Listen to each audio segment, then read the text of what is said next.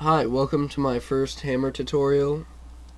On this one I will be covering dimensions, doors, and just some basic tools for working with brushes. Now I'm going to start by using the no draw texture, which is what I usually do whenever I make anything. It's best to use the no draw texture so that when you texture it later, everything that can't be seen will stay the no draw texture. That way it won't be rendered and it will save memory. Alright, I have the shape of the room that I'd like at the proper dimensions. Right click, make hollow, and it'll ask how thick you want the walls, and I usually go with 8, and a negative number will hollow outward so the interior of the room will have the dimensions here.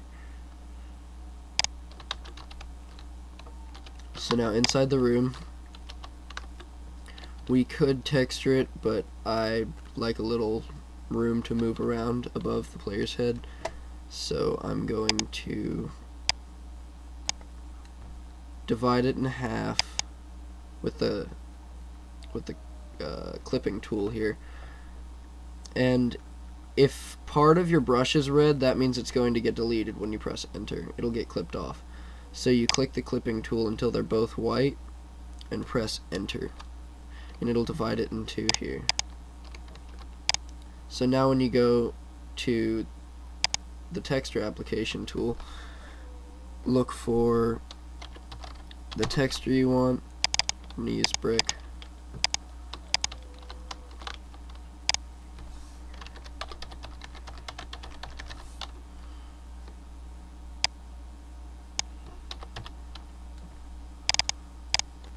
Concrete.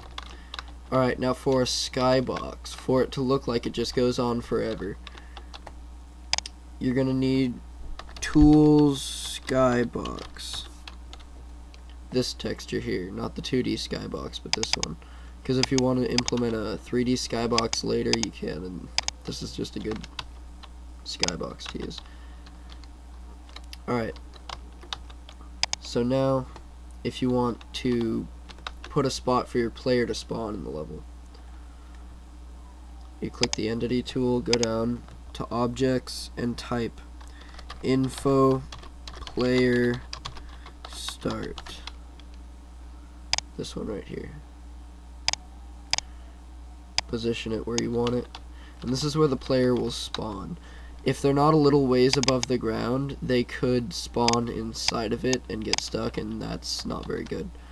So raise them up a bit, not enough for them to fall and die, but just enough for them to not get stuck. Alright, so I'm going to go back to the no draw tool, or texture, and I'm going to make a wall in the center with, look at that, a thickness of 8.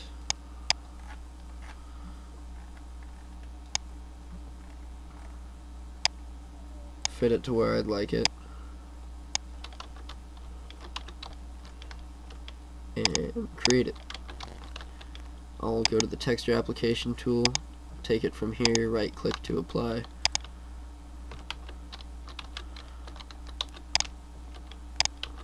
I'm going to use the no draw here to make the shape of the doorway.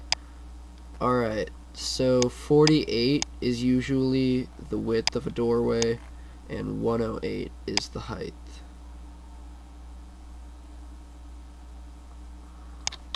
Perfect.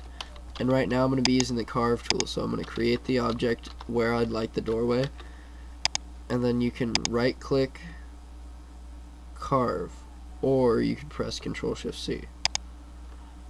And then once you've done that, just press the delete key or delete it, and you'll have the doorway carved out for you. Apply the texture to the inside here, and if you'd like a door, you type prop door rotating into objects with the entities tool, and you go to world model, and if you search for door, it's a little ways down the top. It's door 01 underscore left. This is a really common model used for doors in Source. It's a functional door the handle will appear in game and everything. And that's all there really is to making a door. Nice and simple. Alright, and the reason I haven't put anything on the top of this is because hopefully the player will never see it.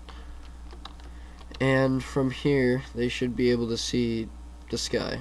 So let's run this.